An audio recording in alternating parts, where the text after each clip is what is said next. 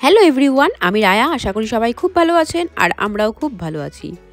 অনেক দিন যাবৎ বড় ভিডিও দেওয়া হয়নি, তো আবারও আমার একটা বড় ভিডিওতে আপনাদের অনেক অনেক অনেক স্বাগত। যেহেতু বড় ভিডিও দেওয়া হয়নি, সেই জন্য আপনাদেরকে বলতেও পারিনি যে হ্যাপি নিউ ইয়ার।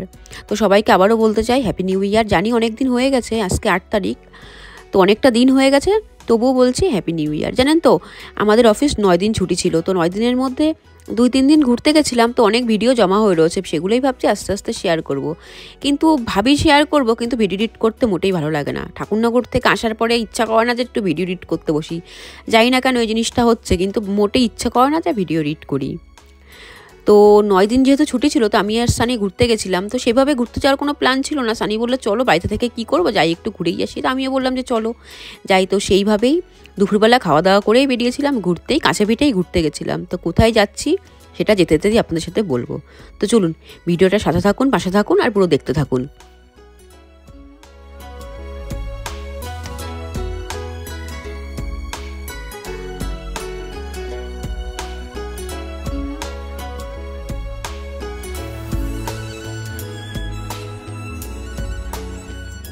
আমার ভিডিওর প্রথমেই একটা গোলমতো পাহাড় দেখিয়েছিলাম, তো ওই গোলমতো পাহাড়ের কাছেই আজকে আমরা যাচ্ছি।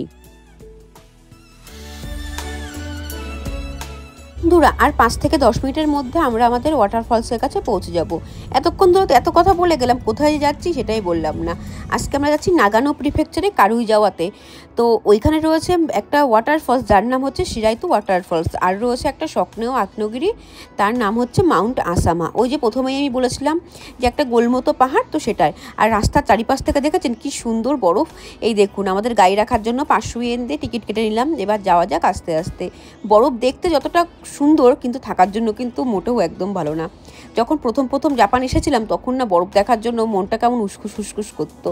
আমি তো প্রথমে কুমামোতোতে গেছিলাম, কুমামোতোতে না বিন্দুমাত্র বরফ পড়ে না, ওই ছিটে ফোটা 2-1 সময় দেখা হয়তো যেত।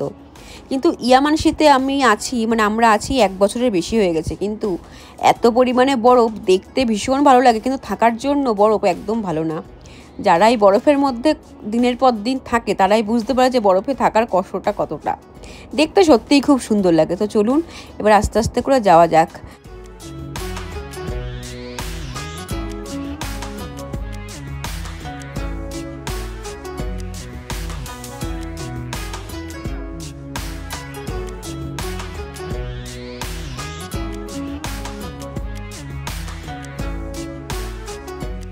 তো বন্ধুরা, দেখুন আমরা চলেও এসেছি, কিন্তু পার্কিংয়ে যে গাড়িটা রাখবো সেটাই আর রাখার সুযোগ হচ্ছে না, কারণ পার্কিংয়ে তো পুরো বরফ দিয়ে ঢেকে রয়েছে। তো সবাই যেদিকে যাচ্ছে, তো আমরাও সেদিকেই যাচ্ছি, কারণ সামনের দিকে হয়তো পার্কিং ফাঁকা পেলেও পাওয়া যেতে পারে।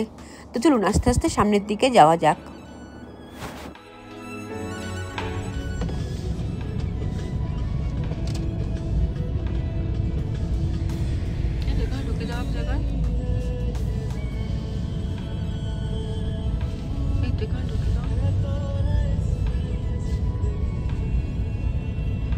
বন্ধুরা, গাড়ি পার্কিং করে আমরা নেমেও গেছি। চারিদিকটা এত সুন্দর লাগছে, আর ভীষণ ঠান্ডা বাইরে।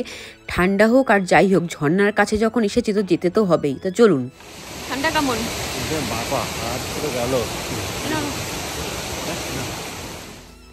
গাড়ির ভেতরে যখন চুপচাপ বসেছিলাম বেশ ভালোই লাগছিল, কারণ গাড়ির ভেতরে ছিল গরম, কিন্তু বাইরে নামার পরেই আসল মজাটা বুঝতে পারছি। বাইরে এত পরিমাণে ঠান্ডা। আমাদের ইয়ামানশির থেকে নাগানোর টেম্পারেচার না অনেকটাই তফাৎ। আমাদের ইয়ামানশিতে 2 ডিগ্রি থাকলে নাগানোতে তখন থাকে -3 থেকে 4 ডিগ্রি। তো নাগানোতে প্রচুর পরিমাণে ঠান্ডা। ঠান্ডা হোক আর যাই হোক না কেন, সোয়েটার, টুপি, মোজা সব কিছু পরে ঝর্ণার কাছে দেখতে যেতেই হবে, কারণ এই ছুটির মধ্যে 2-1 দিন ঘুরতে না গেলে না আর হবে না। কারণ এখন ঠান্ডায় ঘুরতে যেতেও খুব একটা ভালো লাগে না। ছুটিরও আছে, সেজন্য কাজের প্রেশারটা নেই। বাড়িতে আসবো, খাবো আর ঘুমাবো, ব্যাস এই কাজ। তো চলুন, ঝর্ণার কাছে আমরা চলে এসেছি। আর 2 সাইডটা এত ভালো লাগছে, ঝর্ণার জলগুলো তো অসম্ভব সুন্দর। যখন এখানে গাছের লাল পাতা ছিল, কোনোটার সবুজ পাতা ছিল, বলুন তো দেখতে কতটা না সুন্দর লাগতো। এখন বরফ তাই এত সুন্দর লাগছে, মোমোজির সময় তো আরও বেশ সুন্দর লাগতো।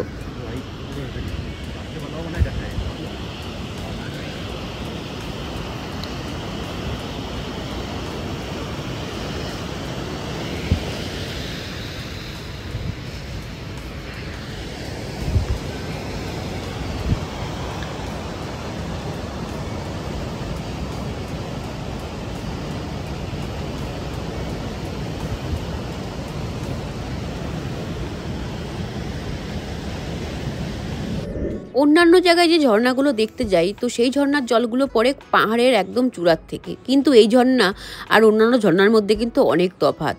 এই ঝর্ণাটা দেখুন পুরো একদম গোল, দেখতে না বেশ অসম্ভব চমৎকার সুন্দর লাগলো। অনুমান করা যায় পাশেই রয়েছে স্বপ্নে আগ্রহগিরি মাউন্ট আসামা, আসামার থেকেই এই জলগুলো আসে। সত্যি কথা বলতে এই ঝর্ণাটা না আমার বেশ পছন্দ হয়েছে, অনেক দিন ধরেই ভাবে এই ঝর্ণার কাছে আসবো। এই ঝর্ণাটা প্লাস মাউন্ট আসামার দেখার খুব ইচ্ছা ছিল।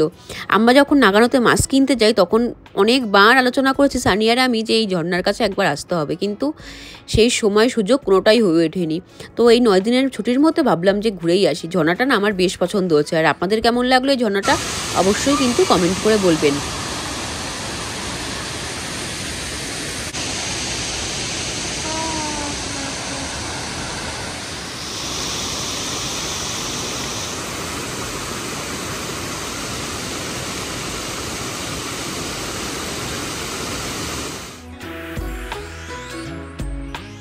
তাহলে বন্ধুরা ভিডিওটা আর বেশি বড় করলাম না, সবাই ভালো থাকবেন, সুস্থ থাকবেন। আবার দেখা হচ্ছে খুব শিগগিরই অন্য কোনো ভিডিওতে।